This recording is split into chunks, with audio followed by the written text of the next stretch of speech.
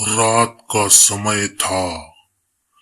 आसमान पर बादलों ने चांद को पूरी तरह ढक लिया था।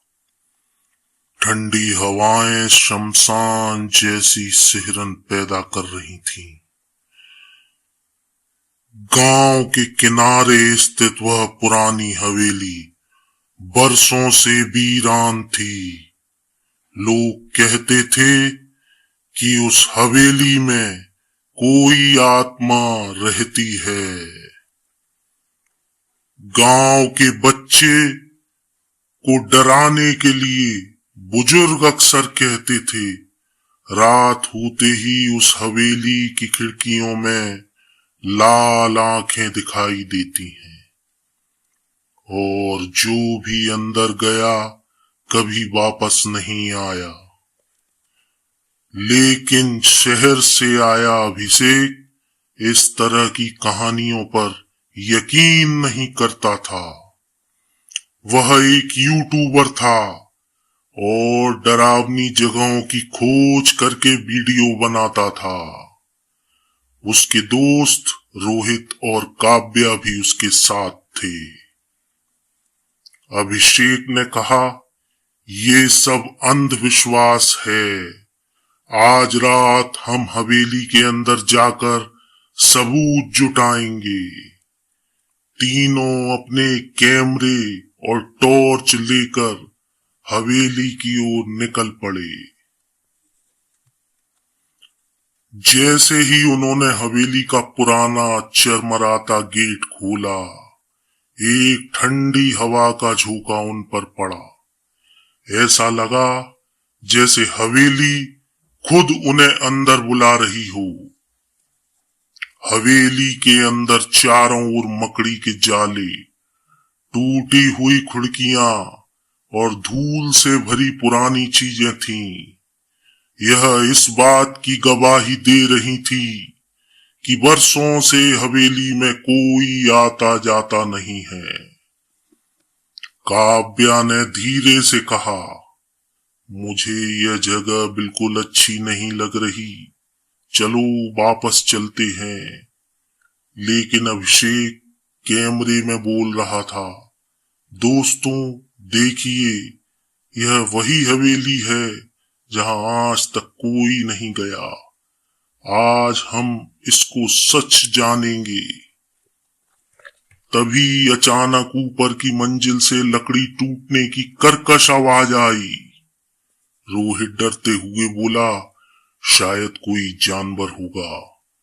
लेकिन उन्होंने ऊपर जाकर देखा तो वहां फर्श पर ताजा खून के धब्बे थे। हवेली के कमरे में उन्हें पुरानी तस्वीरें मिली। हर तस्वीर में एक ही आदमी नजर आ रहा था, लंबा, पतला, सफेद दाढ़ी वाला, जिसकी आंखें तस्वीर में भी लाल रंग की लग रही थी। कमरे की दीवार पर खून से लिखा था, यहां मत रहो वरना अगले तुम होगे। काव्या के हाथ कांपने लगे। उसने कहा, अभिषेक ये मजाक नहीं है, चलो निकलते हैं यहां से। लेकिन अभिषेक को सबूत चाहिए थे। उसने फर्श पर पड़े पुराने कागज उठाए। उन पर लिखा था कि इस हवेली के मालिक रघुनाथ चौधरी को अपने ही परिवार ने धोखा देकर मार दिया था। कहते हैं कि मरने से पहले उसने कसम खाई थी कि जो भी इस हवेली में आएगा वह उसे मौत की गोद में सुला देगा। धीरे धीरे बदलती गई रात। अचानक हवेली के दरवाजे अपने आप बंद होने और खुलने लगे। हवा का रुख बदल गया। ऐसा लग रहा था जैसे कोई अदृश्य शक्ति अब उन्हें बाहर नहीं जाने दे रही। रोहित चिल्लाया, दरवाजा खोलो, दरवाजा खोलो। अभिषेक ने दरवाजे को धक्का दिया पर वह खुला नहीं। तभी पीछे से कदमों की आवाज आई, टक टक टक। टॉर्च का प्रकाश कांप रहा था। धीरे धीरे सीढ़ियों पर एक परछाई उतर रही थी। उसकी आंखें सचमुच लाल थीं और चेहरा वैसा ही था जैसा तस्वीरों में देखा गया था। तुम्हें यहां नहीं आना चाहिए था। एक खुरदुरी ठंडी आवाज पूरे कमरे में गूंज रही थी। काव्या डर के मारे जमीन पर बैठ गई। रोहित ने आंखें बंद कर ली थीं। हवेली का श्राप था। वह आत्मा अब उनके बिल्कुल करीब थी।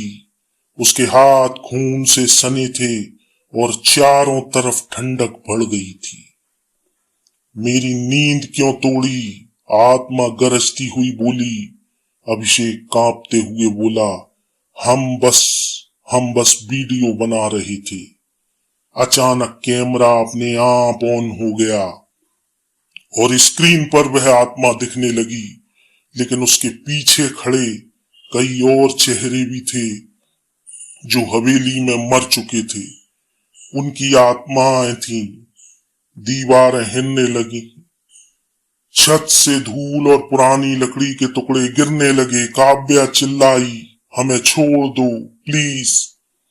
आत्मा ने कहा, कोई भी इस हवेली से जिंदा नहीं जाता। रहस्यमय। अचानक अभिषेक के हाथ में पकड़ी टॉर्च जमीन पर गिरी और दीवार पर टकराई। जहां टॉर्च गिरी थी वहां एक गुप्त दरवाजा खुल गया। तीनों बिना सोचे उस दरवाजे के अंदर चले गए। अंदर एक छोटा सुरंग था, लेकिन सुरंग में जाते ही उन्होंने देखा कि जमीन पर कंकाल बिखरे पड़े हैं। ऐसा लग रहा था कि हवेली में जो भी फंसा वहीं मर गया। सुरंग के आखिर में एक और दरवाजा था। बड़ी मुश्किल से उसे खोलकर वे बाहर निकले और सीधे जंगल में पहुंच गए। पीछे मुड़कर देखा तो हवेली की खिड़कियों से फिर वही लाल आंखें उन्हें घूर रही थी। तीनों गांव की ओर भागे। जान बच गई, पर कैमरा हवेली के अंदर ही रह गया था। अगली सुबह जब पुलिस गांव के लोगों के साथ हवेली पहुंची तो उन्हें ना तो कोई कैमरा मिला, ना खून के धब्बे, ना वो गुप्त दरवाजा। जैसे वहां कुछ हुआ ही ना हो। लेकिन उसी रात अभिषेक के फोन पर एक नोटिफिकेशन आया। एक वीडियो अपलोड हुआ है, पुरानी हवेली का राज।